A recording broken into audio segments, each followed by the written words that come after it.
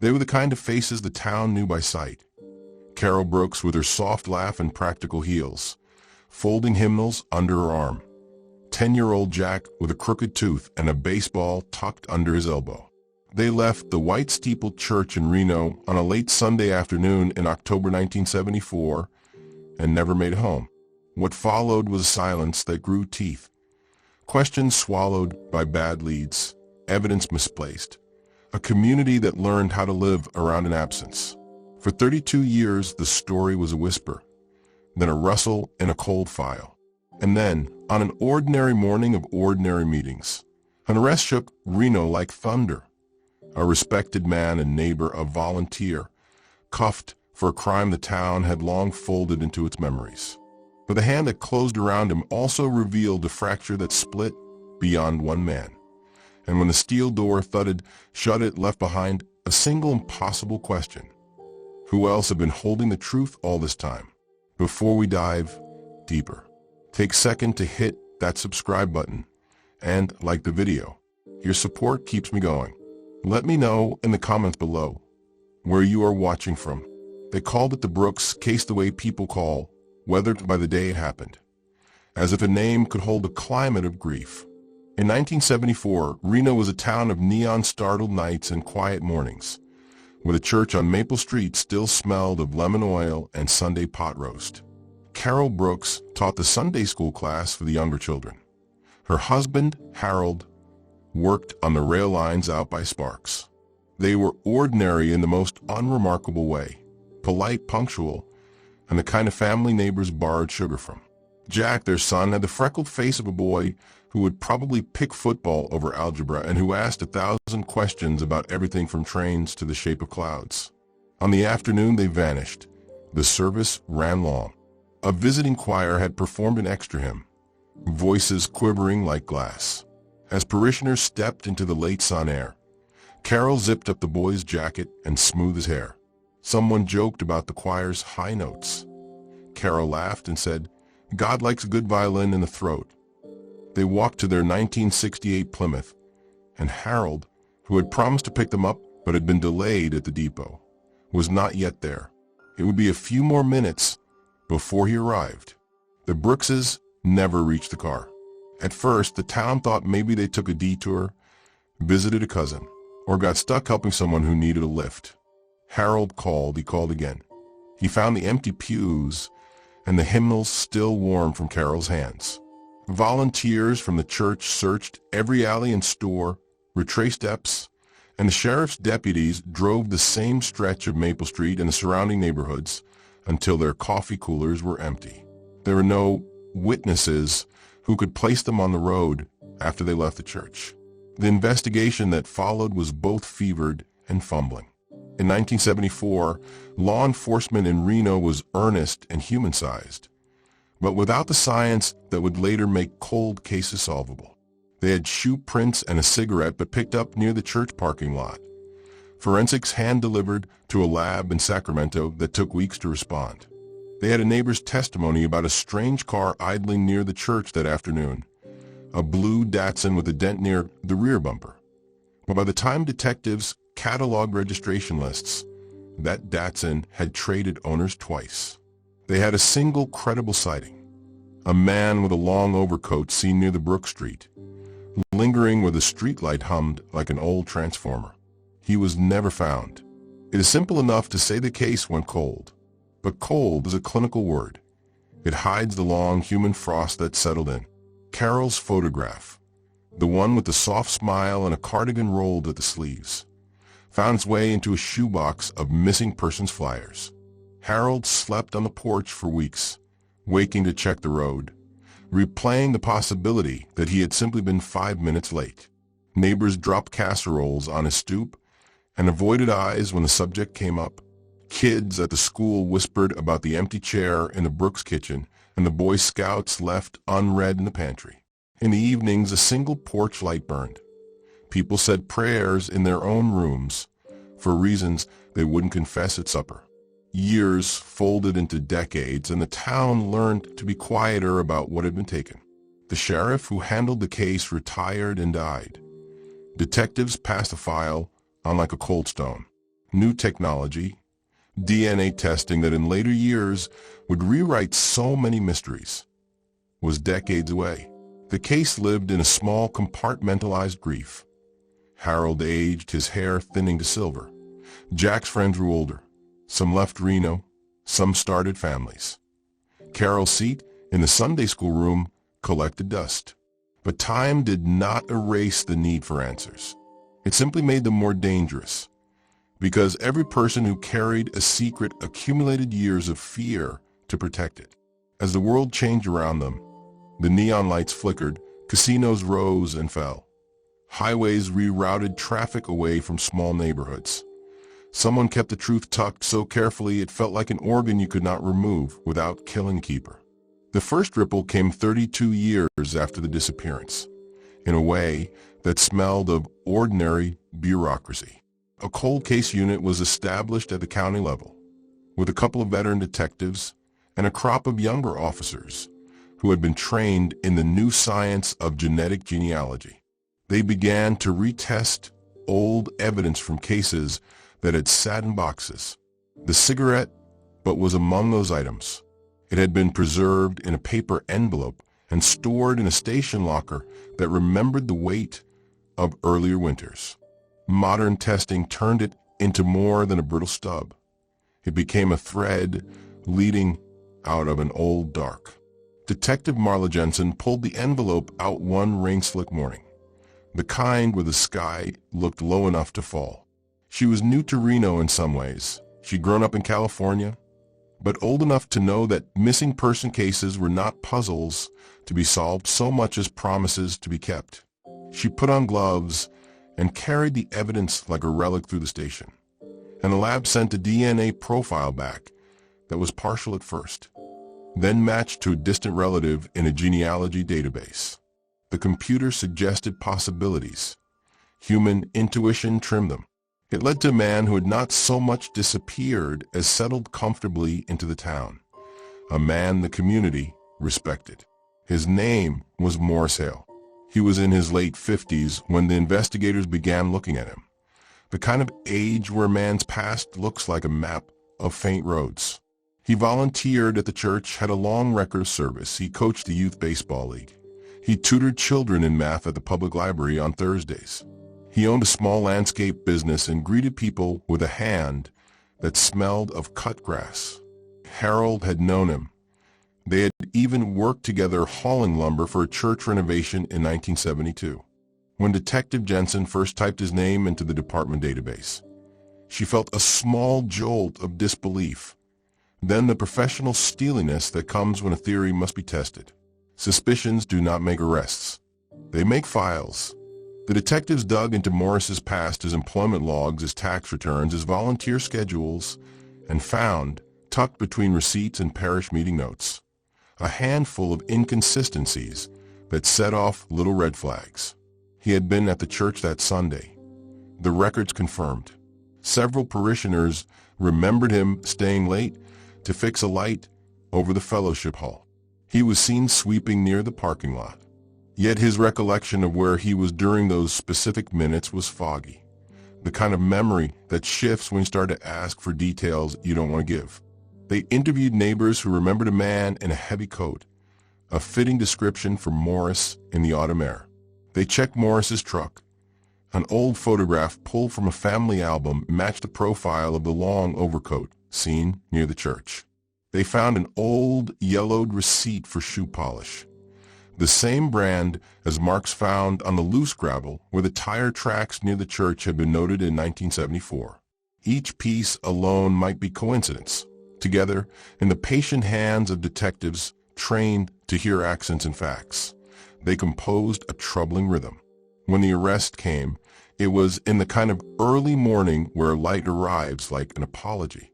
Deputies knocked on Morris Hale's door with a warrant. Neighbors stood in their yards, coffee steaming in paper cups. Gossip and fear braided together. Morris, who had been a figure of dependable normalcy, was led out in handcuffs. He did not resist. His face was pale as paper, his church tie askew. The town's reaction was thunderous and quiet. For some, it was vindication, a bolt of belief that the single missing thread could loop back to an answer. For others, it was a live wound opening anew. Harold, pushed forward by a grief that had never been still, stood watching as the man who had coached Jack's team was taken away. He had aged into a man whose shoulders dropped at the thought of the boy he could not tuck in. How could he? Someone whispered. How indeed. But stories do not end at arrests.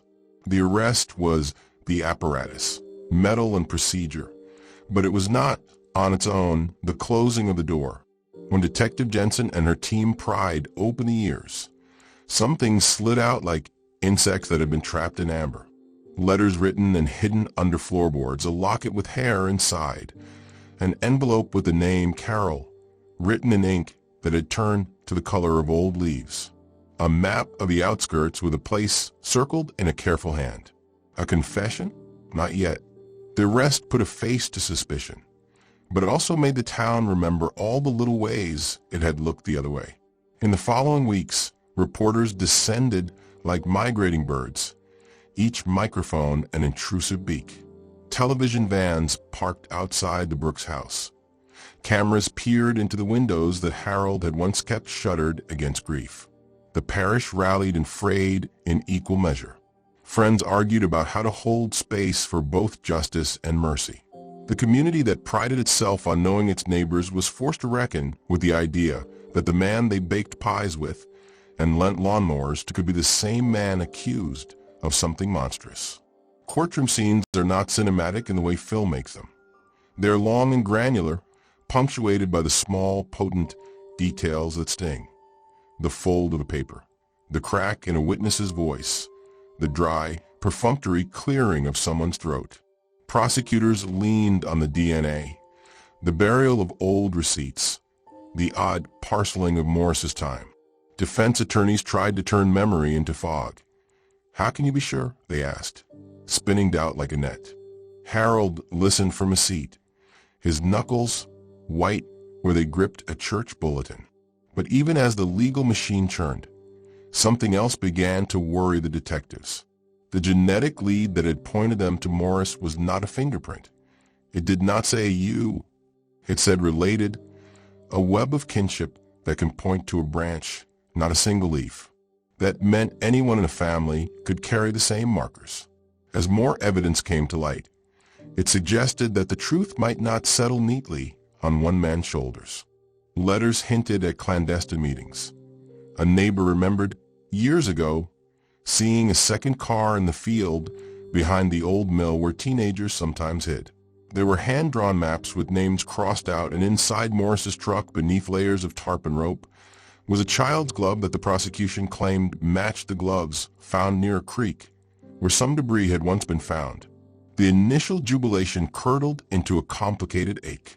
If Morris had been involved, was he acting alone? Had he been protecting someone? Or had he been an opportunist, following a different person's plan? Harold demanded answers with a primal, honest hunger.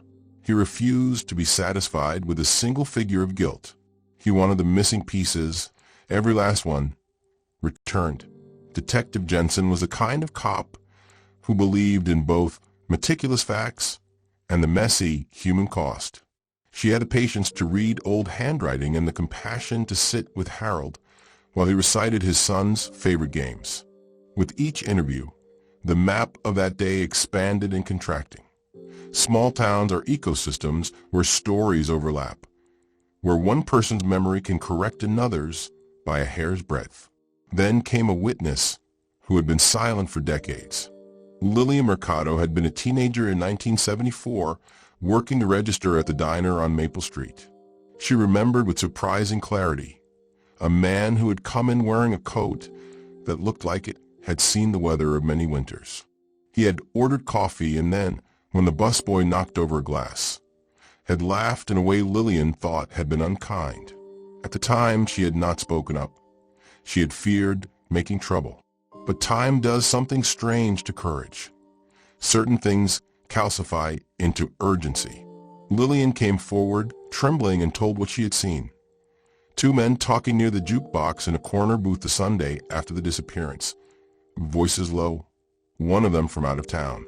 She remembered an exchange of money, a folded map, the thumb of a man tracing a location near the Truckee River. "I thought," she said softly, eyes like an old blue china cup, "that they'd gone fishing. I didn't realize." Her statement made detectives circle other details. A second man, someone who did not belong to the neighborhood, now entered the periphery. When they cross-referenced local motel registries, a name appeared that didn't match any set of the community's friendly faces. It was a name that had been whispered at the edges of memory, the sort of rumor that lives under tavern tabletops. A drifter who had been seen around the church the year before. A man who left for work in a truck that smelled like river mud and old rope. The case widened and the town watched, breath bated, as if it were holding its own pulse. Conversations at church suppers no longer centered only on praising prayers. They shuffled with accusations and defense. Families picked sides. Friendships came awkwardly apart, and Harold, who had wanted something clean and definitive, found himself wading through a new tide of possibilities. If someone else had been involved, then the idea of justice became a moving target. One night, as rain spat against the windows, Harold sat with Detective Jensen at the kitchen table of the house that had once been full of children's laughter. He pointed at a faded map Lillian had donated to the investigation, a scrap of paper with a river drawn in careful strokes. "My boy loved the water," he said. "Jack could never resist a creek. He'd skip stones till his fingers went numb. If any of this leads to his laughter again, even if it's only an echo, I need it." Detective Jensen could not promise him that, but she promised he would hear everything they found. A vow that was, in its own small way, a kind of kindness. As the trial approached, the prosecution prepared to make a case that combined the old and the new. Witness testimony woven alongside genetic matches and artifacts that had been hidden for decades. They planned to show how Morris Hale's life intersected with the Brookses in ways that were not mere coincidence. They wanted the jury to see that the threads, when drawn together, formed a rope, yet the defense unearthed their own threads. They pointed to the town's flaws in policing, the sloppy early interviews, the way evidence had been moved between hands. They argued that over time stories get polished by fear, and that the mind is suggestible about images. Morris, they claimed, had been an easy man to believe in because he seemed harmless and helpful. They told the jury to look at motives. Who benefits from painting a neighbor as a monster? Who benefits from closure? They held up alternative theories. Drifters, criminals from other towns. Local youths who might have made a foolish, tragic mistake. In court, under the harshness of overhead lights, everyone looked smaller. Witnesses swore and stumbled. Attorneys parsed punctuation for meaning. Harold watched a thin projection of the past play out in testimony. When they brought in the cigarette butt and the DNA match, a hush fell. The science did what nothing else could do. It spoke in a language that couldn't be argued into relativity. But the defense fired back with the possibility of transfer, contamination, the fallibility of decades-old storage. The jury had to consider not only evidence but the weight of absence, the years of living without a child's laughter and without a woman who folded the hymnals with care. Then something unexpected happened. A man who had been silent for years came forward with a memory that cut differently. A confession of being present the night the Brookses vanished, but not as the perpetrator. He called himself Daniel Price, a man whose life had been wrapped in shame and fear that had rotted his conscience. In a quiet booth in the courthouse cafeteria, he told Detective Jensen he had been with Morris that day, in the shadows near the mill, that he had been scared and younger than he should have been. He said he had left before anything had happened that made his hair stand on end. He said he had told no one because he feared his own connection. His words were brittle, carved wrong by time. Daniel's account changed everything and nothing. It was a testimony that placed two men near a place the county had overlooked. But by itself, it did not say what had happened to Carole and Jack. It said there had been at least one more person with knowledge of that day. Perhaps more. It opened the possibility that the crime, if it was a crime in the way people feared, may have been committed by someone who had since left town, or by a group of men who had escaped accountability by sheer luck and the protective capacity of silence. That idea that wickedness can nest in numbers is difficult for a small community to bear. People want faces. They want the moral ledger balanced. They want the book closed. But when a story starts to suggest complexity, the edges of right and wrong blur. Harold felt hope and a sorrow that felt almost like relief. Another man might finally tell the truth, but the truth could shred the town's sense of safety deeper than any single arrest. As the trial's first phase closed and the jury retired to deliberate, an unforeseen twist arrived. A sealed envelope, turned over to the police anonymously and delivered with a slant of urgency. Inside, a fragment of a newspaper from 1974 with a local classified ad circled. An ad for hired help at a logging camp outside town. The handwriting on the envelope was a slanty, hurried scrawl. The detective saw a pattern with the handwriting that matched a note found years before in the margin of a grocery receipt recovered from Morris's truck. It hinted at a network, a work crew that had shuffled through towns in the early 1970s, men who were paid cash and who moved like bad weather. The discovery suggested the crime might have been less about a particular man and more about a pattern. Itinerant workers with little reason to care for community ties, passing through and taking what they could. That explanation offered both closure and the wrong kind. It could mean the Brookses had been victims of opportunity, not a targeted attack, which somehow made it crueler. The thought that a drifter could erase a family and keep going felt like an injustice that justice would struggle to address. The jury returned. Morris Hale was found guilty on several counts. The courtroom release of that verdict felt like the closing of a long circuit. Harold wept then, loud and ragged. The sound of 32 years of withheld grief finally released. But even as reporters wrote their headlines and cameras panned to the stoic faces, a small, persistent murmur trickled through the legal record. Appeals, conflicting testimonies, the suggestion of unnamed others. People left the courthouse with their own private reckonings. Victory tasted of ash for many. And then in the quiet that follows trials, a new worry began to grow in Detective Jensen's mind. Not everyone had told the truth in the way she'd hoped. There were phone calls that led to closed-loop answers, to people climbing up as if protecting someone still alive, and some names that kept reappearing, not on the stand, but in hushed conversations. One name was that of a man who had left Reno for good in 1975, Benjamin Hale, Morris's older brother, who had been a drifter in his youth and had left for Alaska decades ago. Another was a man who had been seen with Morris near the mill on that day, a local who had since passed away.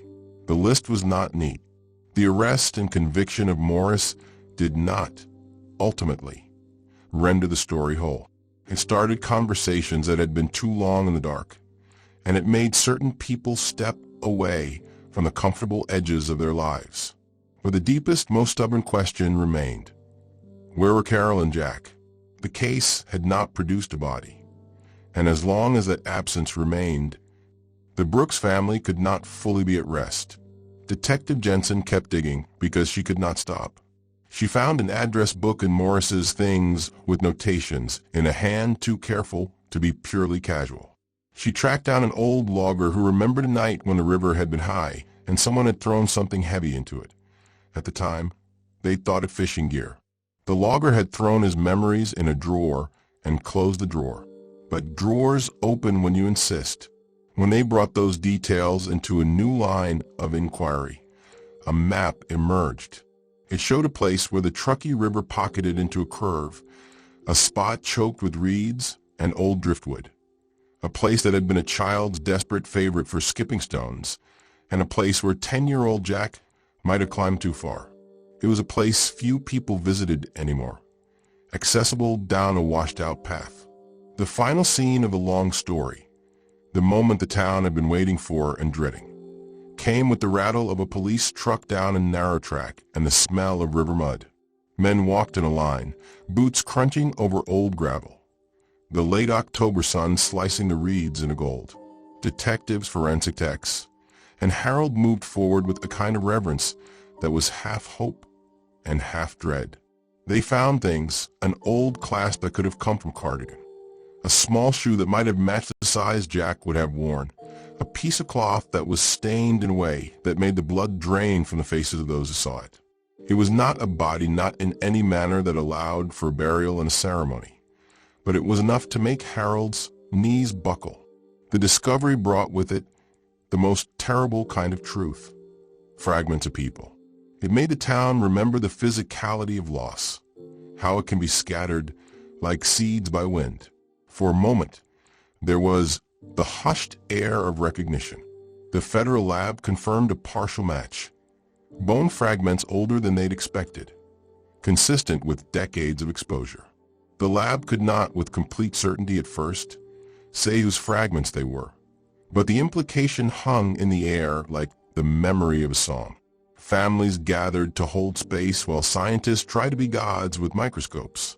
The case that had begun with two people stepping out of a church and into a new world that would never be the same reached a new, jagged point. It affirmed what Harold had felt for 32 years, that his family had been violently taken. But it did not offer the clean justice he had hoped for. Morris had been convicted for his role, but the possibility of other hands, other minds remained wide and ragged. And then, just when the town needed a small rest, Detective Jensen received a letter. It was typed on yellowed paper. The signature was a name she knew but could not place. The letter claimed knowledge of the night, named a place she had not considered, and closed with a line that cut the breath out of her. There's more buried than bones. If you find what else is hidden, you'll understand why we stayed silent. The story did not end with a neatly tied bow. The arrest had been thunder, but in its echo, the town found more cracks than solutions. Families reconciled with a version of closure and kept one foot out the door, ready to chase a new rumor. Harold fit his grief into a life that would always contain that missing space. Morris sat behind glass and paper and the slow thud of days that make up a sentence. Detective Jensen kept the file on her desk, marked with a yellow sticky that fluttered like a flag. On a narrow street in Reno, a single porch light burned late into the night, as it had for 32 years. The community had a verdict. The community had a reckoning. But someone somewhere was still holding a secret that could change everything. The letter promised that finding what else was hidden would reveal a deeper truth. A truth that might clear names, confirm suspicions, or shatter lives. Detective Jensen folded the letter and put it in a drawer. She knew the work was not finished. And so when the camera lights go down and the headlines shrink into the archive, the Brooks case sits like a sentence unfinished. There are answers, and there are holes. There is a man in cuffs and a letter with a signature that could change everything. There are the small relics found at the river and the deafening silence that follows a trial. There's Harold, who still sets a plate at the table sometimes as if Jack will come through the door. And there's a town that learned how to bake grief into a kind of civility. The arrest had shocked the community because it revealed that monsters do not always wear monsters' faces. Sometimes they wear volunteer badges and hand out hymnals. But the end of one man's story is never the end of all the stories. There are other voices to be heard. The ones who were too frightened to speak. The ones who took their own guilt to the grave. And the ones who may yet be alive, walking through old towns with new names. If you listen closely, there are sounds beneath the municipal hum. A river that has kept its secrets, a choir that remembers the high violin, and the quiet of a kitchen where a man still keeps a seat warm in his mind. The Brooks case taught Reno a bitter lesson about the long shadow of missing loved ones and the patient. Sometimes needling away the past demands to be told. Detective Jensen closed the file on her desk and tapped the envelope with the signature. She set a date on her calendar and called the lab. The next steps were not glamorous. Letters to be sent, more interviews to be scheduled, a warrant to be drafted. But she was moving with the resolve of someone who knows grief is not a problem to be solved, but a person to be accompanied. In the months to come, the town will learn more. They will have to. There will be confirmations, denials, new fractures. But for tonight, the arrest is the town's headline, and the letter is the town's whisper. Harold keeps the photograph of Carole folded inside a Bible.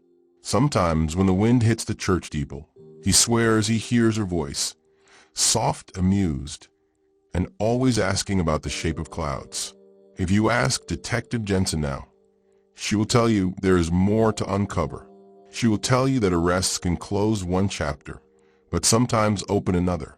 And she will tell you, with a solemn look that makes the room breathe smaller, that the most devastating revelations often arrive as small, unassuming notes slipped under a door.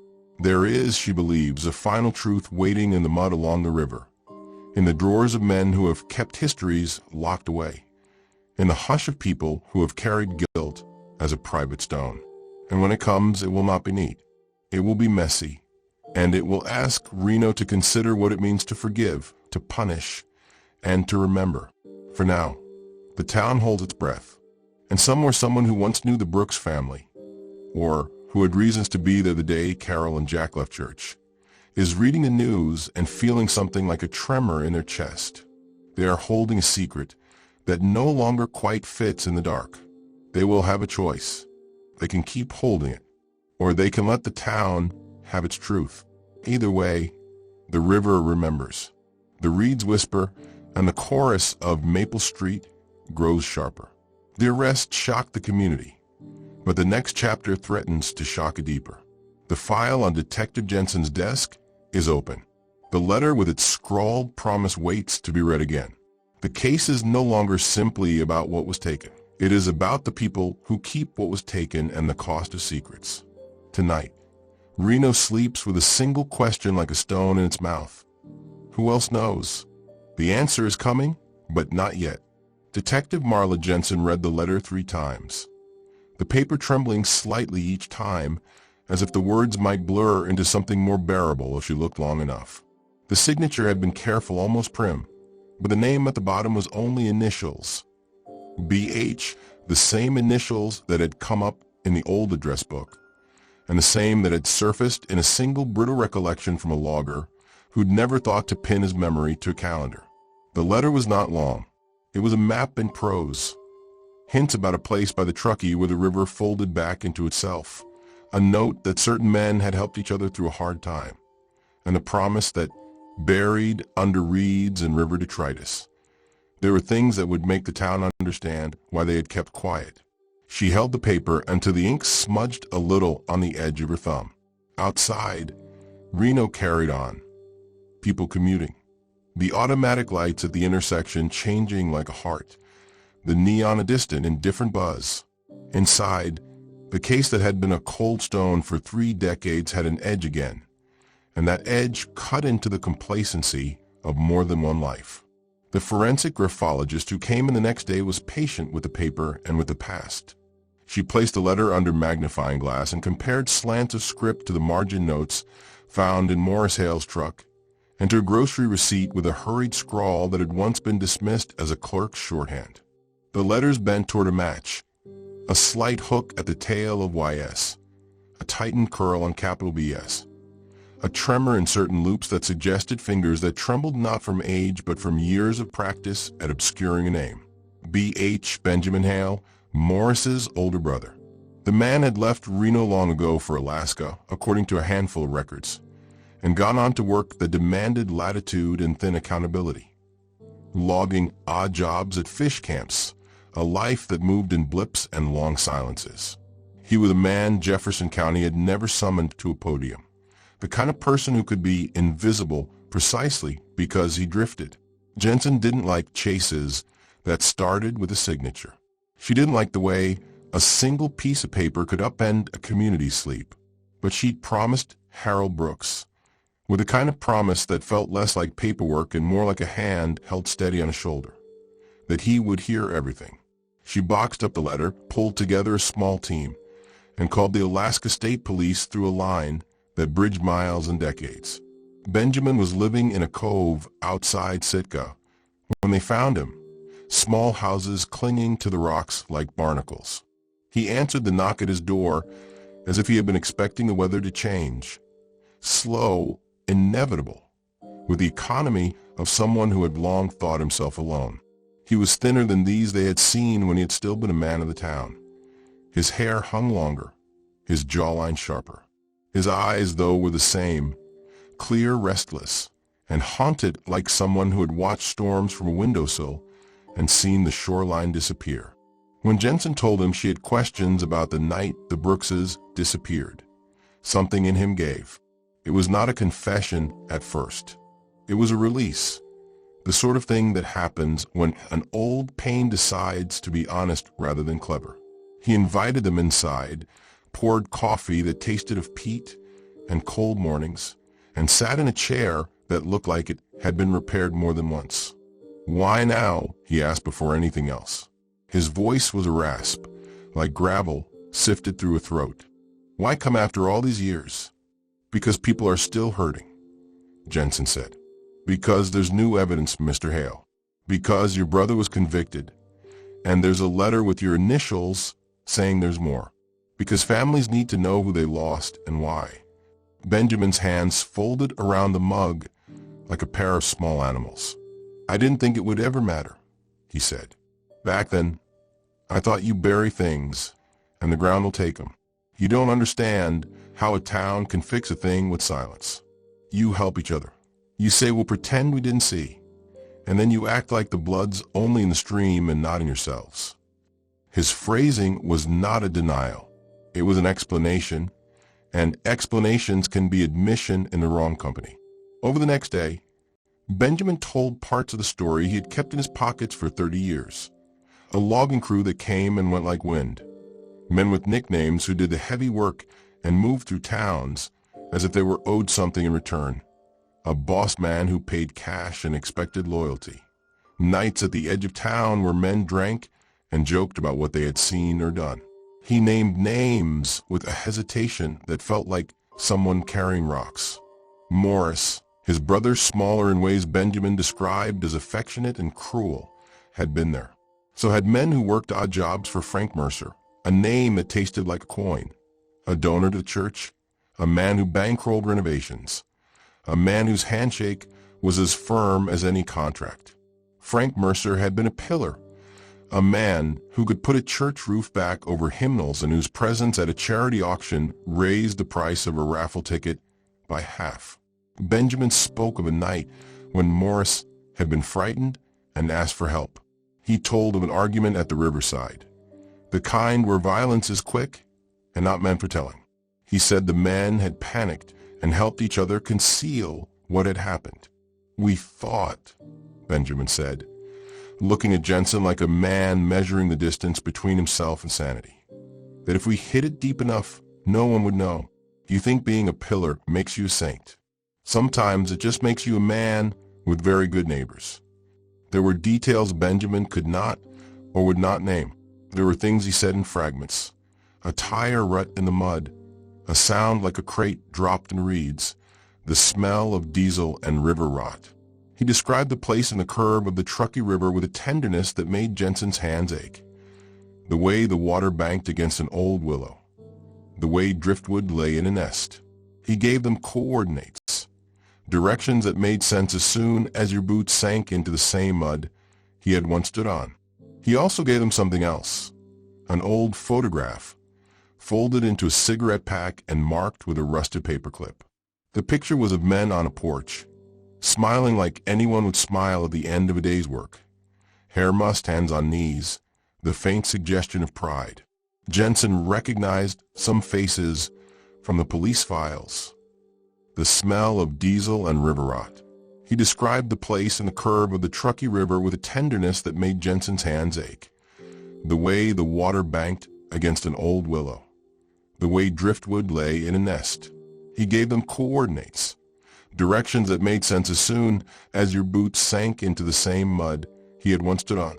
He also gave them something else, an old photograph, folded into a cigarette pack and marked with a rusted paperclip. The picture was of men on a porch, smiling like anyone would smile at the end of a day's work, hair mussed, hands on knees, the faint suggestion of pride. Jensen recognized some faces from the police files, some she had only known as names. She saw a man with a face she had seen in the crowd when Morris had been arrested, a man who had been on the board at the library and who now sat on committees and carried casseroles to fundraisers. The photograph showed them young and whole and involuntarily honest in a way only photograph can be. Truth caught before it learned to hide. Jensen did not want to make promises that the evidence might not keep, but she had a team to assemble, a warrant to secure, and a river to search. Back in Reno, the headlines were still warm with the conviction of Morris Hale. The town assumed, in its fatigued way, that the worst had been done. It did not expect the slow, merciless unspooling that was coming. The dig started on a cold morning when the sun was a shy thing. Forensics mapped the area Benjamin described. Metal detectors hummed like a small choir, and men and women in orange vests treated the ground with a reverence usually reserved for graves. It was, for too many reasons, a graveyard of trust. They found fragments, more bones, some with a porous, pale look of long exposure, a ring partially fused to a corroded chain, a child's toy nestled against roots the way a secret nestles into memory. They found clothing fibers and a locket with a photograph inside that made Harold's breath catch. Carole, hair tucked behind an ear, smiling as if she knew of nothing terrible at all. Forensics called in teams that specialized in old remains. Everything was carefully cataloged, cross-referenced, measured, described. The lab's language was clinical and precise and incomprehensibly kind. They told families what they could, arranged small rooms where private conversations could happen. The first confirmations were nonspecific. Fragments matched to the time period, artifacts that belonged to a woman and a child, the statistical likelihood that the combination of artifacts belonged to the Brooks family. The second wave of analysis, slowed by the care science demands, moved the needle from likely to probable to certain. When the lab finally issued a report with language that could not be politely hedged, a match with mitochondrial DNA and dental comparisons that made identity robust, it hit the town like a stacked set of news stories collapsing. Journalists swarmed the excavation site like gulls.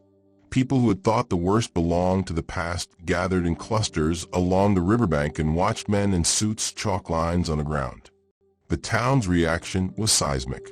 The mayor held a press conference in which his voice wavered, and civic leaders who'd once posed for ribbon cuttings with Frank Mercer found their hands trembling as local televisions replayed the photograph Benjamin had produced. Mercy turned brittle in the glare of the cameras. People who had once sent casseroles to Morris Hale's house for his long hours of volunteer work now crossed the street to avoid the sight of his name in a headline. The church held an emergency meeting.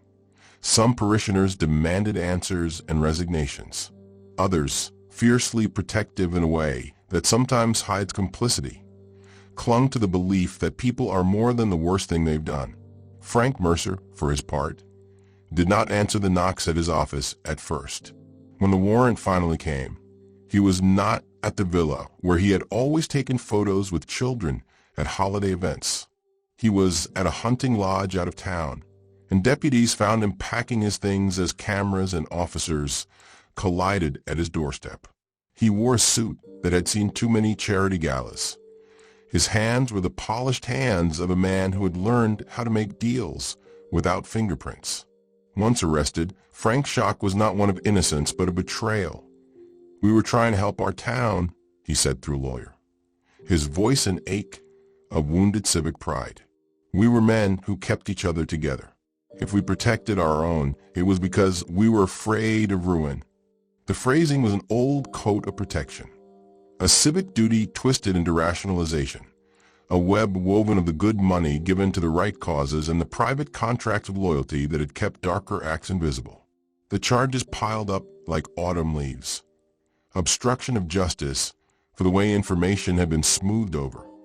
Conspiracy for coordinated efforts to hide the Brookses. Accessory to kidnapping and manslaughter, where evidence suggested someone's hand had nudged events into irreversible terror. The town watched, mouths open and closed. The way people look at television tragedies in the safe distance of other people's grief. Trial photographs and exhibits were hard to bear. They were powerful in a way that press releases had not been. Toothbrushes, buttons, a hymn book with a page torn and crumpled, the locket with Carole's photograph, items that belonged in a home, laid out as if to ask the jurors, "Would you hand these over?" The prosecution painted a picture of a system that was too cozy. Men who belonged to the same circles, who bowed to each other at the altar, and then hid each other's sins in the darkness of the river. The defense spun their own narrative of a town's desperation to see villains in places that made them comfortable, of how memory can erode into accusation. Public hearings became standing room only events. People who had once passed each other in the grocery aisles began to speak, raising questions that had been silenced by time and debt and fear. Families of other missing people in the county came forward, clutching photographs of children who had slipped into the same kind of absence decades earlier. The forensic teams compared notes and found patterns, items in different missing person cases that bore the same brand of stitch or the same logo, small, seemingly meaningless details that became stitches in a larger garment of horror. When other names surfaced, men who'd long since died, men who had moved across state lines, men who had been lauded at civic events, the town began to feel like a house of mirrors. For some, every face reflected guilt. For others, every face cried out for context and mercy. Pernicious as this was, the central shock that broke something inside Reno was not just that respected men had been involved. It was that the town itself had been a complicit organism. Friends had not asked. Parishioners had not looked too closely. Officials had smiled and taken donations that were repaid in silence. Carole Brooks became a figure both pitied and scrutinized. There were nights when he sat at the end of his son's old bedroom, the chair where Jack had once tossed his glove, and simply breathed. There were other days when he stood in court and watched men whose hands had once baked his bread testify beneath oath. He was a man who had learned the heavy currency of anger. Sometimes he used it like a hammer at hearings, demanding answers. Other times he wept in the quiet places, mourning a boy who would never again ask about the shape of clouds. Benjamin Hale, for his part, became a kind of tragic informant. He cooperated as best he could, handing over names like a man giving up contraband. He told Jensen more about the complicity that had allowed things to happen. Cheap drinks, shared rides, a culture of moving on rather than reporting. The way men who help at the church are forgiven for their sins because they raise money to replace a roof. He said what he could not bear to say any longer, and in saying it he seemed to shrink and then expand with a kind of brutal clarity. I thought I was saving a man. I was saving my place. The choking thing about the revelations was how quickly ordinary life had become the backdrop for atrocity. Kids on their way to school now passed by men they had known all their lives, cuffed and led away. The Rotary Club's weekly luncheon filled with a hush that did not know whether to be grief or indignation. The police department, which had always been seen as a bastion of safety, found itself in a spotlight that exposed choices had made under pressure from donors and high-minded men with sway. Some men resigned, some were indicted, some died before charges could be filed. A few families fractured under the weight of public shame. Businesses that had once held charity galas with the implicated men suddenly changed the names on their donor walls. The church that had been a refuge for the Brooks family became a crucible of arguments, of people who had no idea how to mourn and police at the same time. There were smaller, quieter devastations. A woman who had once baked for Morris's team refused to speak to reporters because she could not reconcile the man she had lent sugar to with the evidence the excavations kept producing. A small boy whose father had been part of the volunteer crew at the church stopped attending Sunday school, unable to comprehend that the same hands that had taught him hymns might have been shadowed by a past. The legal process moved like a glacier, patient, grinding, leaving debris in its wake. The prosecutions that followed were complex, not only because evidence was old, but because community memory is elastic. Witnesses' recollections had faded. Stories had been polished by retelling, and witnesses who might have spoken up had died with their dirt. Even with DNA and fragments and photographs, there were gaps the law could not fill. Yet the town, hard as it was, demanded an ending. They wanted closure the way a wound wants a bandage. They wanted names on a sheet and a verdict that would let the headlines move on. What they received was a legal reckoning and an ethical earthquake that reframed decades of ordinary gestures into a language of accountability. The most shocking moment, however, came not in the courtroom but in a private hearing when a man no one expected to name himself at all walked into a small, windowless room and spoke. He had been a member of the town's council, a man who'd been on the planning committee and who had served punch at the annual fair. His name was Edward Lyle, a man of 80 with thin hands and a face that had been taught to look saintly in every portrait. He sat unadorned by lawyers and told a story that made the room uncomfortably bright. Edward said he had been young in 1974 and that he had been at the river one night with men who thought themselves invincible. He said he had not struck a blow. He said he had helped carry a body. He said he had been terrified and that when Morris told him to say nothing, he had said nothing. "I thought," he told the interviewer, voice cracked like old paint, "that in a small town you protect your own and pay your dues. I thought if I spoke, I would end everything I'd built." He closed his eyes. I couldn't see the end of that path until it was too late. Edward's admission, recorded and entered into the public record, sent a second shudder through Reno. If an elder statesman could confess to helping hide a body, what else might have been hidden? The lecture halls at the university, the civic committees, the volunteer boards, all ordinary places where people had once made small moral compromises now looked like gates. In the weeks that followed, as more men were questioned and some offered plea deals in exchange for cooperation, the town became a place of wounds and of startling, wrenching repair. There were vigils where people left pairs of children's shoes by the riverbank, a testament both to the boy who had been taken and to the children who had been spared. There were days when Harold stood at the edge of the water and listened to the river as if it might tell him the names of the men who had hidden his family. Sometimes he imagined hearing a whisper that could never be granted, an apology that might make the hollow in his chest a little less jagged. The end, when it came, was not tidy. Courts rendered verdicts that satisfied some and outraged others. Frank Mercer, whose wealth and stature had once made him feel untouchable, was convicted on charges of conspiracy and obstruction and received a sentence that left many unsatisfied, but stood as a public condemnation. Edward Lyle pleaded guilty to accessory and received a sentence that included community service and public shame. Several men who could be charged had died in the interim. Some were never brought to justice because of the statute of limitations on certain charges. Morris Hale remained in prison for the part he had played, a man who had once coached Little League and volunteered at potlucks, now moved through days that were a kind of punishment fit for the small town's need for balance. It was not enough for everyone. For some, legal guilt could not restore a boy's laughter or a woman's warm presence at a table. For others, the knowledge that men they had trusted had turned away from a crime they could have prevented was a bitterness that did not fade. The town had been shown its capacity for concealment and the terrible economy of keeping faces pleasant while closing eyes. And then came one last small thing that made the town shudder again. Late one night, a courier left an unmarked box on Jensen's desk. Inside, wrapped in oilcloth, was a photograph taken from the dark edges of a porch in 1974.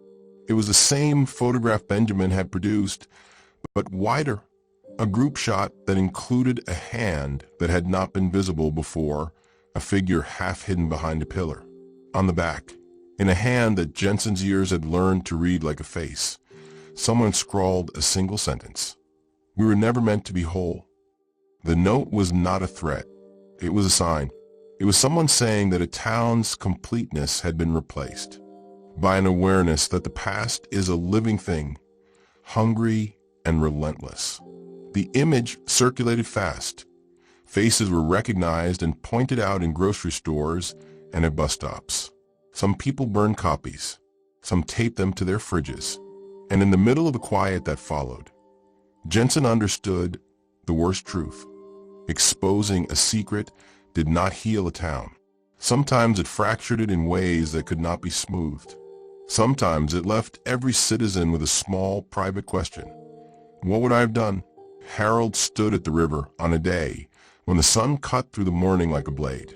He had his son's picture in his hand, the one that had been in the locket they recovered. He walked the bank slowly, and when he reached a place where reeds tangled like old hair, he sat. He thought of Carole folding hymnals and of Jack asking about clouds. He remembered the feel of a small hand in his, the pocket warmth of a child's trust. "I want them to burn," he said aloud to the water. The sentence crude and honest. It was not a prayer. It was a need articulated so plainly it hurt. "I want them to burn." "But if they do," Jensen said, appearing without much ceremony. "What then, Harold? What do you do with a town that has to look at itself?" He looked at her as if seeing her for the first time that day. "You make sure it never forgets," he said. "You make sure the children who are left know the truth. You keep their names like light." They stood together and watched the river carry leaves in a small, unending procession. The town around them would go on, schools, small businesses. The baker who knew how to make the best cinnamon rolls. The civic ribbons would be retied. The church would teach again. Some people would never set foot there. But everything wore a new kind of weariness. The look of people who had seen what lies beneath the tidy surface. The final chilling shock that the community would carry, like a fossilized tooth, was this. The case had revealed not only crime but culture that allowed crimes to be hidden behind good deeds. It suggested that when people are too willing to see only smiles and donations, they can become accomplices by omission. It made civic duty a complicated thing, folded into the human instincts to shelter those like us and to discount the suffering of those who are not. There was no movie montage in the aftermath. There were hearings and indictments and sentencing in an endless tide of words that tried to shape meaning from ache. There were memorials. There were names spoken into microphones. There were moments when a town's laughter returned, shaky and tentative, as if someone were testing the sound to see if it would hold. But in the quiet of night, when the neon dulled and the steeple cast its long shadow across Maple Street, people remembered. They remembered the face of a woman smoothing hymnals and a boy with a crooked tooth who would ask about clouds. They remembered the photo that someone had folded into a cigarette pack, the one that had shown men smiling before their hands learned to keep terrible things. And in that remembering there was a kind of justice, not because courts had balanced every ledger, but because knowledge had been brought into the light and placed where children could see it, where parents could tell the truth to their children, that the world is not always kind, and that sometimes goodness must be held like a lantern rather than taken for granted. Detective Marla Jensen kept the photograph in the box in a file drawer where evidence waited. Sometimes late at night, she would take it out and look at the faces, young, oblivious, smiling, and wonder how many other small towns across the country had their own photographs folded into cigarette packs and the drawers of stubborn men. On a morning that was almost cold enough to make the air audible, Harold placed a small wooden marker by the riverbank. It was not a gravestone. There was no body to bury in a way the town's rituals recognized. It was a marker that read simply, Carole and Jack Brooks remembered. He drove a nail hammered home, and the sound was bright and exact. People came to see it. They left flowers and notes and pairs of small shoes. They cried in private, and they held each other's hands in public. And they insisted, through their acts and small civic duties, that something about the town had changed.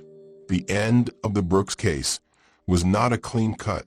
It was not the kind of finish that restores innocence or makes pain evaporate. What the community received was more complicated. A knowledge that any place can harbor shadows if its people choose to look away. It received a list of names, a ledger of wrong, and a set of tasks. To teach the next generation what silence can do. To build institutions that do not bend to power unchecked. To honor the lives that had been lost with vigilance and sorrow.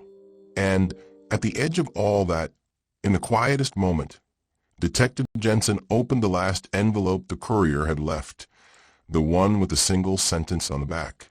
She held the photograph a little longer, then laid it back on the file. Beyond the window, the Truckee moved on its course, carrying away leaves, carrying away tiny, useless confessions. She thought of the men in the picture as once being simply people who had made choices that a town had been too willing to forget. She thought of the quiet of Harold's house, the hymnal pages he kept turning as if the action alone could keep names alive. She closed the drawer and locked it. The case was no longer only a closed file. It was an instruction, a charge that the town had to remember, keep vigil, and never again mistake convenience for mercy. The community had been shocked, then shaken, then forced into a new, bleaker kind of adulthood. And somewhere in the noisy hum of a town that will now always carry its darkest secret like a scar, someone, perhaps frightened, perhaps finally honest, will one day step forward again. They will tell the story they had kept. They will lead investigators to another place by the river or to a new page in a ledger. The work will go on. But for now, Reno learned the shape of what silence does. It learned that the most chilling revelations are not only about the crimes themselves, but about the ease with which people exchange small kindnesses for the right to keep the world tidy.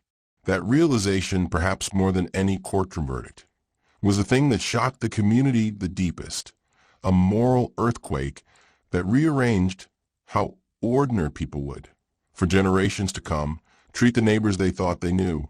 Don't forget to subscribe, like the video, and turn on the notification bell so you stay updated with mystery cold cases.